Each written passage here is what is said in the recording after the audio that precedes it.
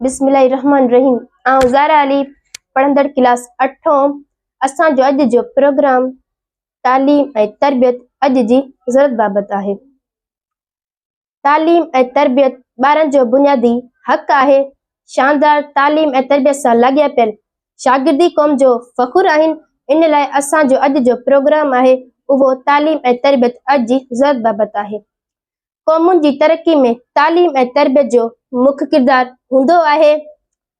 तालीम ऐं तरबियत जो मक़सदु माण्हुनि में मौजूदु कुदरती सलाहियतुनि खे संवारे संदसि लियाक़तुनि में इज़ाफ़ो करणु हूंदो आहे त जीअं उहे समाज में कारआमद ऐं तामीली किरदारु अदा करे सघनि। असां पंहिंजे मौज़ूद महिमान खां इहा ई राय वठंदासीं त छा तालीम ज़िंदगी आहे? छा तालीम रवैयुनि में सुधारो आणे थी? छा तालीम ॻंढापे जो अमल आहे? छा तालीम मक़सदनि खे हासिल करण जो ज़रियो आहे? छा तालीम तरबियत लाइ ज़रूरी आहे? असां अॼु जे प्रोग्राम में असां पंहिंजे मोज़िज़ महिमान नबीला खे गुज़ारिश कंदासीं त हू असांखे आगाही ॾियनि त छा तालीम रवैयनि में सुधारो आणे थी? बिस्मिल्लाहिर्रहमानिर्रहीम। आऊं नबीला पढ़ंदड़ क्लास 8। छा तालीम रवैयनि में सुधारो आणे थी? हा, बिल्कुलु, तालीम रवैयनि में सुधारो आणे थी। तालीम जी अहमियत बाबति दुनिया जे वॾनि मुफ़क्किरनि, अदीबनि ऐं ॾाहनि पंहिंजा राया अलॻि करे ॾिना आहिनि, पर आलमी लेवल ते मञियल ऐं क़बूल कयल तालीम जी वस्फ़ उहा आहे त तालीम उन अमल खे चइबो आहे जंहिं में रवैयनि जी तब्दीली रुनमा थिए। हाणे त इहा ॻाल्हि बिल्कुलु वाज़िह थी चुकी आहे त तालीम जे अचण खां पोइ इंसानी अक़ल में तमामु थोरे अरसे में तेज़ रफ़्तार सां तब्दीली आई आहे ऐं काइनात जे अनेक राज़नि ऐं रमज़नि खे ॻोल्हे लधो वियो आहे। इन करे असीं इहो बिल्कुलु चई सघूं था त तालीम जे अचण सां ई माण्हुनि जे रवैयनि में तब्दीली आई आहे। उन्हनि जे ॻाल्हाइण ॿोलाइण ऐं घुमण फिरण में तमामु घणो बदिलाव आयो आहे। Thank U. हाणे आउं गुज़ारिश कंदसि त अक्सा हू असांखे ॿुधाइनि त छा तालीम ज़िंदगी आहे? बिस्मिल्लाहिर्रहमानिर्रहीम। आऊं अक्सा पढ़ंदड़ क्लास 8। छा तालीम ज़िंदगी आहे? हा, बिल्कुलु, तालीम ज़िंदगी आहे। बल्कि आऊं ईअं ई चवंदसि त तालीम हिन जदीद दौर जी अहम तक़ाज़ा आहे। तालीम खे जिस्म जे मुज़वे जीअं सम्झो वञे। तालीम खां सवाइ ज़िंदगी बेमक़सद बेसवादी तोड़े ईअं ई आहे जीअं हैवान जी ज़िंदगी हुजे। ज़िंदगी जो हर अमल तालीम जो घुरिजाउ हूंदो आहे। उन लाइ इहो चवणु बिल्कुलु दुरुस्त आहे त तालीम ज़िंदगी आहे। सिखारे थी इंसानियत जा। तालीम भलारी ज़िंदाबाद।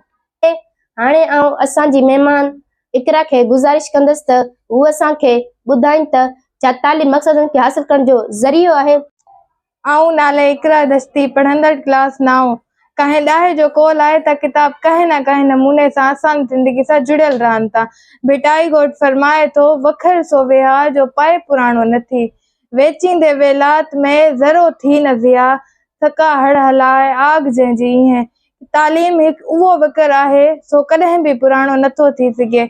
उन लाइ असीं चवणु बिल्कुलु सही रहंदो। तालीम मक़सदनि खे हासिल करण जो रस्तो ॾेखारे थी। तालीम इंसान खे मक़सदनि जे हासिलात लाइ हिकु अहिड़ी राह अता कंदी आहे। इंसानी ज़िंदगी जा अहम मक़सद हिकु मख़सूस क़िस्म जी हिकमत अमलनि जा घुरिजाउ हूंदा आहिनि। बिना कंहिं तरफ़ी जिदोजहद जे कंहिं बि मक़सद खे हासिल नथो करे सघिजे। Thank U. हाणे आउं असां पंहिंजी महिमान शबाना खे गुज़ारिश कंदासीं त हू असांखे आगाही ॾियनि त छा तालीम तरबियत लाइ ज़रूरी आहे? बिस्मिल्लाहिर्रहमानिर्रहीम। आऊं शबाना महाल पढ़ंदड़ क्लास 8। छा तालीम तरबियत जे लाइ ज़रूरी आहे? अॼु जे हिन दौर खे तालीमी दौर सॾियो वञे थो। इन जे लाइ चई सघिजे थो तालीम तरबियत जे लाइ ज़रूरी आहे। कुदरत वारे असां में अहिड़ो शिश्तो जोड़ियो आहे जंहिंमें अक़ल जहिड़ी नेमत अता कई अथसि। इन जे लाइ असीं सभु सुठी तालीम ऐं तरबियत जे वसीले सलाहियतुनि, क़ाबिलियतुनि ऐं महारतुनि जो दुरुस्त इस्तेमालु करे सघूं था। इन जे लाइ चई सघिजे थो तालीम तरबियत जे लाइ ज़रूरी आहे।